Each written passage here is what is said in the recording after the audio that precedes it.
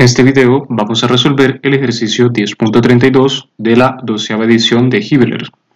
El ejercicio nos pide que determinemos el momento de inercia con respecto a los ejes X y Y del área compuesta. Entonces, como pueden ver, tenemos esta área compuesta y nos están pidiendo que determinemos los momentos de inercia de esta área con respecto a estos ejes X y Y que acabo de marcar. Estos ejercicios se parecen bastante a los ejercicios de centroides de áreas compuestas, porque vamos a tener que separar en áreas pequeñas para formar el área compuesta. Vamos a iniciar con nuestra solución. Entonces, para este planteamiento, nosotros lo que vamos a decir es que la figura número 1 es este triángulo rectángulo, la figura número 2 es este rectángulo y la figura número 3 es este círculo hueco. Entonces, como les mencioné, deberemos de dividir en figuras pequeñas y analizarlas por separado para así obtener el valor del conjunto. Entonces vamos a iniciar. Vean, la figura número 1 es el triángulo.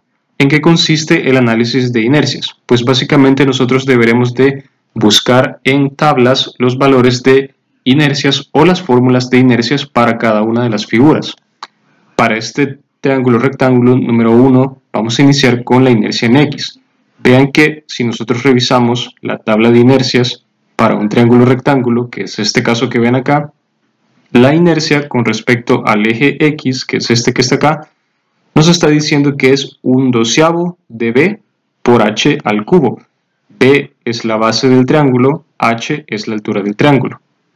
Entonces, otra cosa que debemos de observar es que esta fórmula de inercia con respecto a X es para un triángulo rectángulo que está sobre el eje X. Si observamos nuestro ejercicio, vamos a poder ver que en este caso el triángulo 1 está justamente sobre el eje X. Por tanto, podemos ocupar ese valor de tablas. Entonces, como decía, 1/12 de la base 300 por la altura que serían estos 100 por 2, que son 200 al cubo. Esa operación nos da 200 por 10 a la 6 milímetros a la cuarta. Ahora vamos a continuar con la inercia en el eje Y. Vean, regresemos a la tabla. Si nos fijamos, la tabla nos está indicando que la inercia con respecto a Y es de 1/12 de la base al cubo por la altura.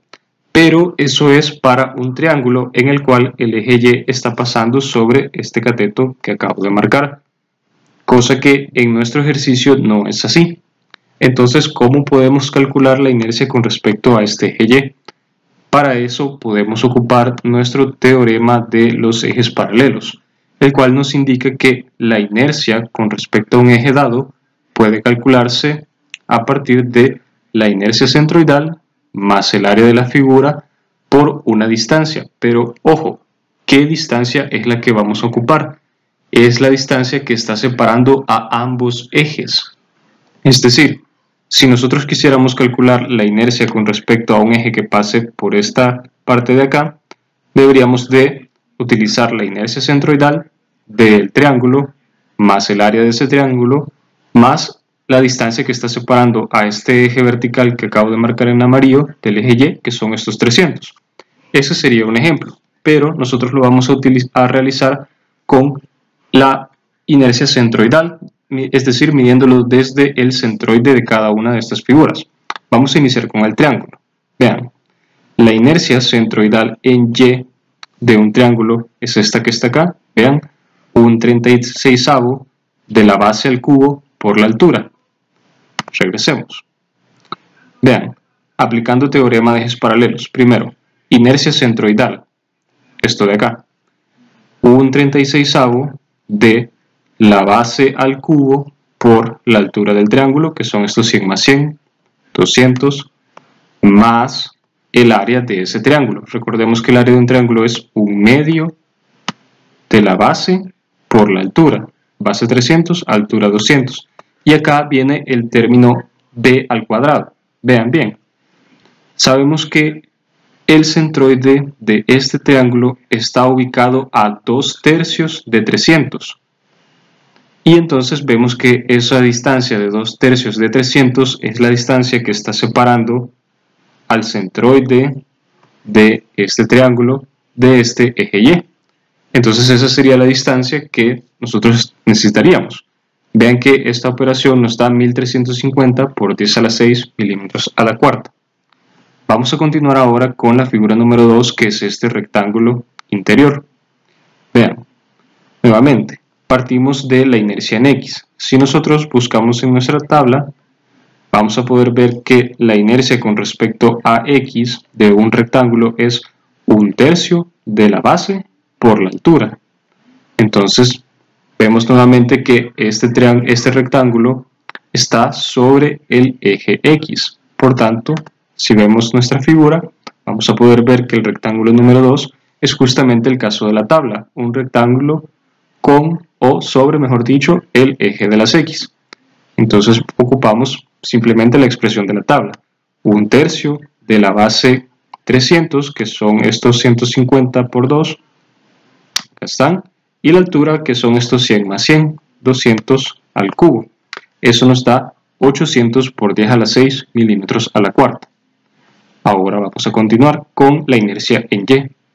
Si revisamos de nuevo nuestra tabla, la inercia con respecto al eje Y, la que nos está dando la tabla es para un rectángulo, en el cual el eje Y está pasando sobre este lado.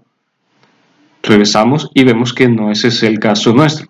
Entonces vamos a hacerlo igual que como lo hicimos para el caso del triángulo. Vamos a ocupar el teorema de ejes paralelos y vamos a partir de la ubicación del centroide de este rectángulo. Vean bien, la inercia centroidal en el eje Y de un rectángulo es 1/12 de la base al cubo por la altura. Entonces bajamos, vemos acá 1/12 de la base al cubo. Recordemos que la base es 300, esto 150 más 150, la base al cubo por la altura 200, más el área, sabemos que es 200 por 300, y ahora viene de nuevo el término de la distancia al cuadrado.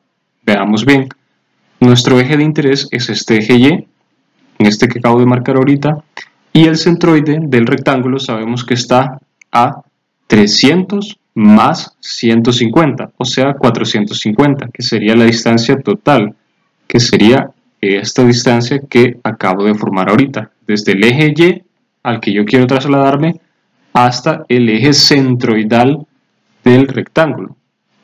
Entonces vean, acá está 300 más 150 al cuadrado, eso nos da 12.600 por 10 a la 6 milímetros a la cuarta. De esa forma también ya tenemos el rectángulo, solo nos estaría haciendo falta este círculo hueco. Vamos a proceder con eso. Iniciamos de nuevo con el cálculo de la inercia en X de ese círculo hueco. Lo primero que debemos de observar es que, como se trata de una figura hueca, nosotros anteponemos un signo menos para evaluar así ese efecto de ser una figura hueca. Entonces bien, si regresamos y nos vamos a nuestra tabla, vemos que para un círculo solo se nos están dando valores de inercias para ejes que pasan sobre el centroide del círculo. Vemos que en este caso la inercia que nosotros queremos calcular es con este eje X y con este eje Y, por lo tanto nuevamente debemos usar teorema de ejes paralelos porque la tabla no nos da una solución directa. Entonces bien, recordemos, el teorema de ejes paralelos es la inercia centroidal más el área por la distancia al cuadrado. Si revisamos, van a poder ver que este eje X y este eje Y de esta figura están pasando por el centroide de dicho círculo. Por tanto, este valor de pi r a la cuarta entre 4 ya es la inercia centroidal. Entonces bien, regresémonos. Vemos que aquí pi cuartos de el radio a la cuarta. Notemos que el radio de este círculo es 75 milímetros, acá está. Y ahora bien, ¿cuál sería la distancia del teorema? Recordemos que es con respecto al eje X, sería desde nuestro eje centroidal del círculo hasta donde está el eje X, por lo tanto serían estos 100 milímetros. Acá está, y sabemos que el área es pi por radio al cuadrado, pi por 75 al cuadrado, por la distancia al cuadrado, y vean que esta operación nos da menos 201.57 por 10 a la 6 milímetros a la cuarta.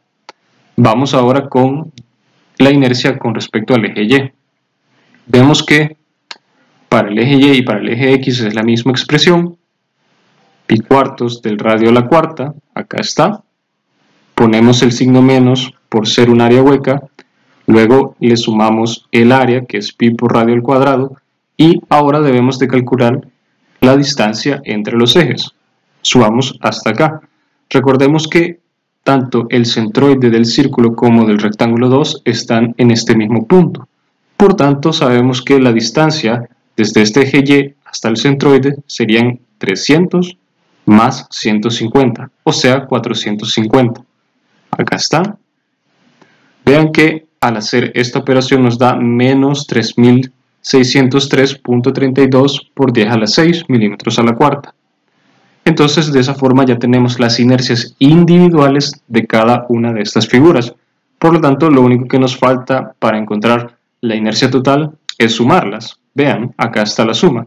La primera nos dio en X 200 por 10 a la 6, luego 12.600 por 10 a la 6 y menos 201.57 por 10 a la 6. Acá están. Y vean que eso nos da un valor total de inercia en X de 798.43 por 10 a la 6 milímetros a la cuarta. Hacemos lo mismo en Y y van a notar que eso les va a dar 10.346.68 por 10 a la 6 milímetros a la cuarta. De esta manera hemos resuelto el ejercicio.